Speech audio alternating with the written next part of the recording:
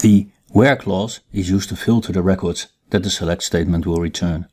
Without a where clause, all records will be returned. You can use a single filter or combine several filters using the operators and or. The select statement will only return those records that meet the filter criteria, if any. We'll first show you how to write a single filter condition, then we'll show you how to combine several filters. In a filter, also known as a predicate, you can compare attributes, variables, constants and functions. Later on, we'll also see that you can use a subquery. We'll start with a lot of different ways to compare the value of an attribute to a constant. The easiest example is one of a single filter comparing an attribute to a constant. This query will only return a record with a person ID of 1. Note that we used Select** to return all columns, even though earlier we said that this is not recommended. For most examples, we'll use Select** just to keep the examples concise and focus on the new information we're trying to demonstrate. The next query will return all records from the persons table whose full name is Kayla Woodcock. Note that when you filter on full name, there are single quotes around the name, but that these quotes were not used when filtering on person ID. The reason for this, quotes aren't necessary for numeric values. A special kind of filter is a filter for unknown values. Dealing correctly with unknown values is very important in relational databases. In SQL, an unknown value is stored as null. You might expect to find people with an unknown email address using the following query. That, however, does not work. As you can see, the query has returned 0 rows, even though there are records for people without an email address. This is for a very important reason. Null does not equal null. Null means unknown, not absent. In the case of the persons table, an email address of null doesn't mean that a person doesn't have an email address. It just means that you do not know the email address. Just because you don't know any person's email address, that doesn't mean that's the same as the email address of another person whose email address you do not know. It also doesn't mean that it's not the same. They might both not have email addresses, they might share an email address, you just don't know. That is why, for unknown values, you do not use the equal sign, but the keyword is.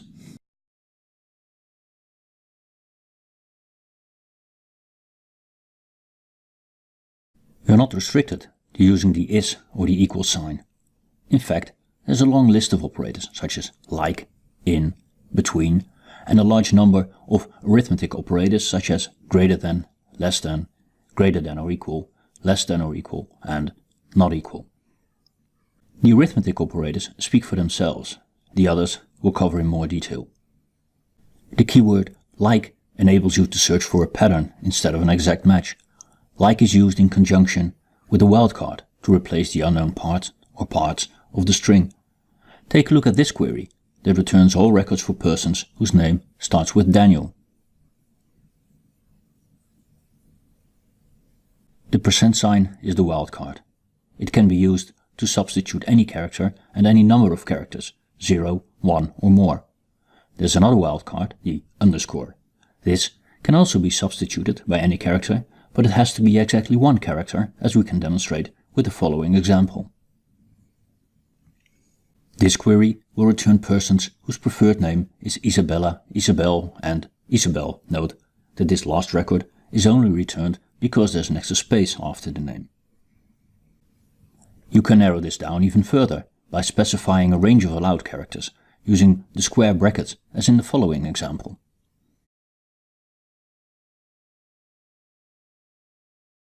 This will return the records for Isabel and Isabella, but not the Isabel. The extra space after the name doesn't match the pattern A to Z.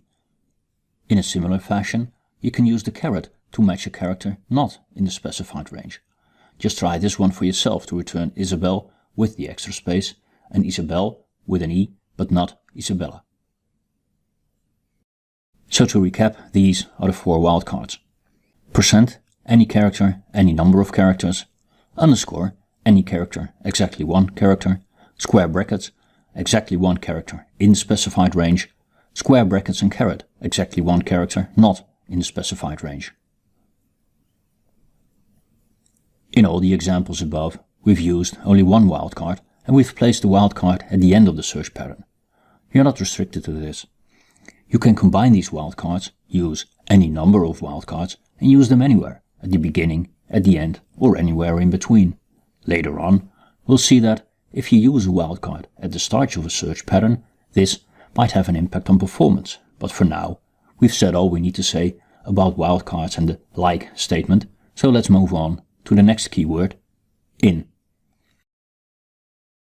If you need to find a record with an attribute that is in a list of possible values, you can use the in keyword.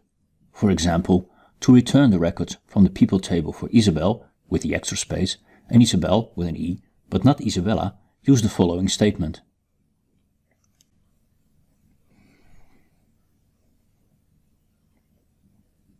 You can use any number of items in the list. The keyword in is often used with a subquery. Instead of listing the values as constants, you get the values from another query, the subquery, something like this. This example won't return any results, but we'll get back to the subquery later on. For now, just notice that the subquery may only return one column, which makes sense. If you execute the subquery by itself, it should return a list of values, because after all, this subquery substitutes the list of values. To search for a range of possible values, you can use the between keyword. You can do this with strings, as in this example.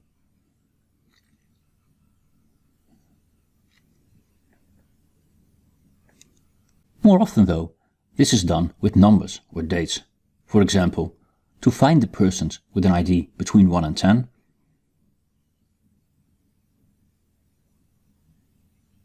notice that records with the person ID of 1 and 10 are included in the result set.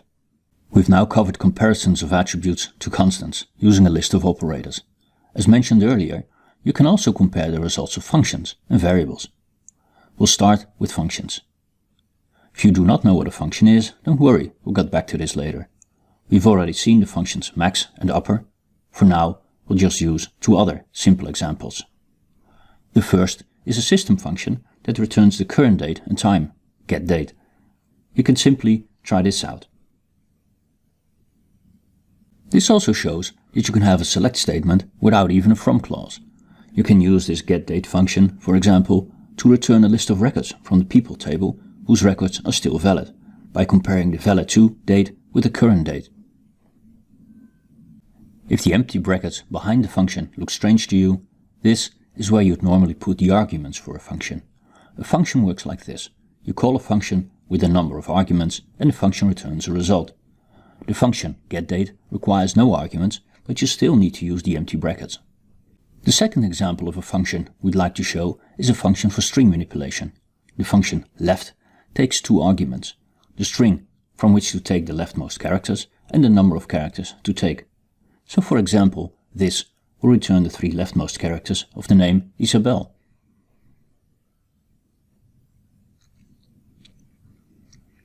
You can not only apply this function to a string literal, but also to an attribute.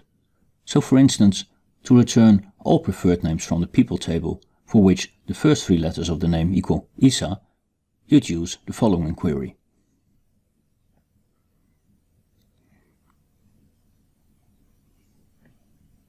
This, by the way, returns the same result set as this one.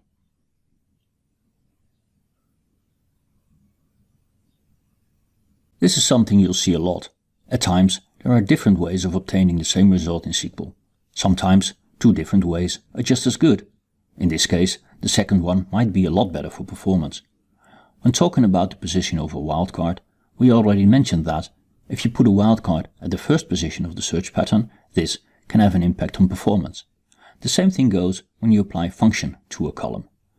This is covered in the requirement identify the impact of function usage to query performance and where clause chargeability.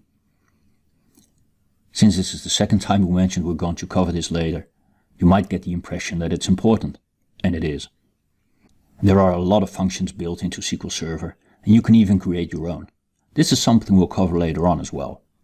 In the context of the current requirement, however, all you need to know about functions is this.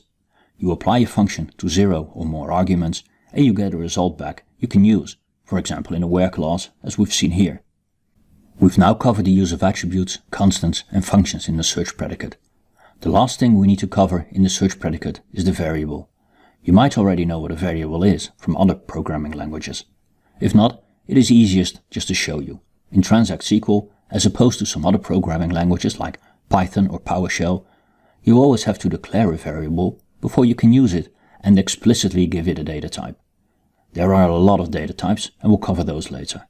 For now, we use the varchar 50, meaning you can store a variable number of characters with a maximum of 50 in the variable. After you've declared a variable, you can assign a value to it using the set keyword and use it, for example, to compare to an attribute.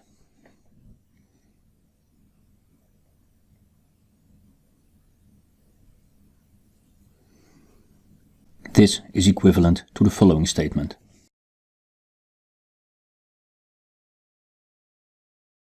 By the way, you can also use the select clause to assign a value to a variable.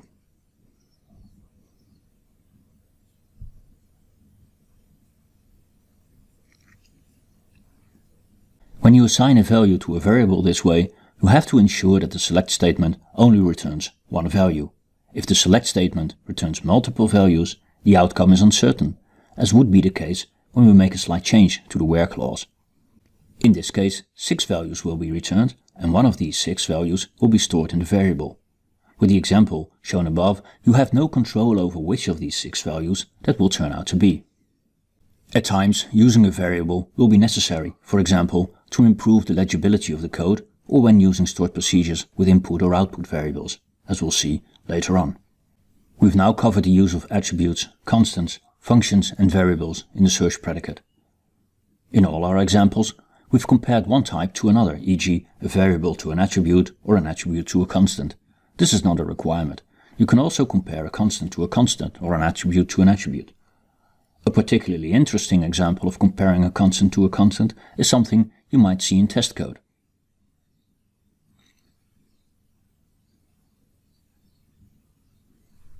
The equation 1 equals 1 is true no matter what the contents of a record.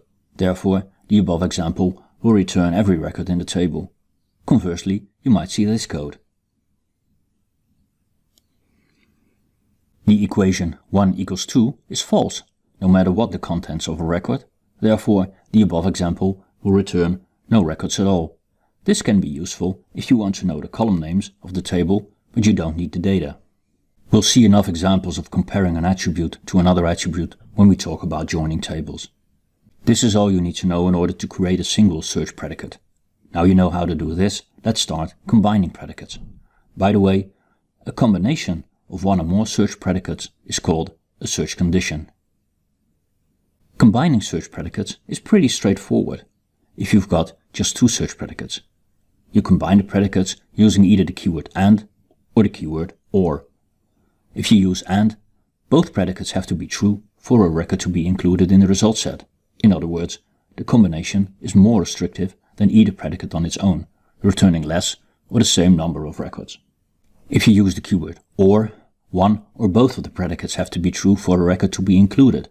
In other words, the combination is less restrictive than either predicate on its own, returning more or the same number of records. For example, this statement could never return any records.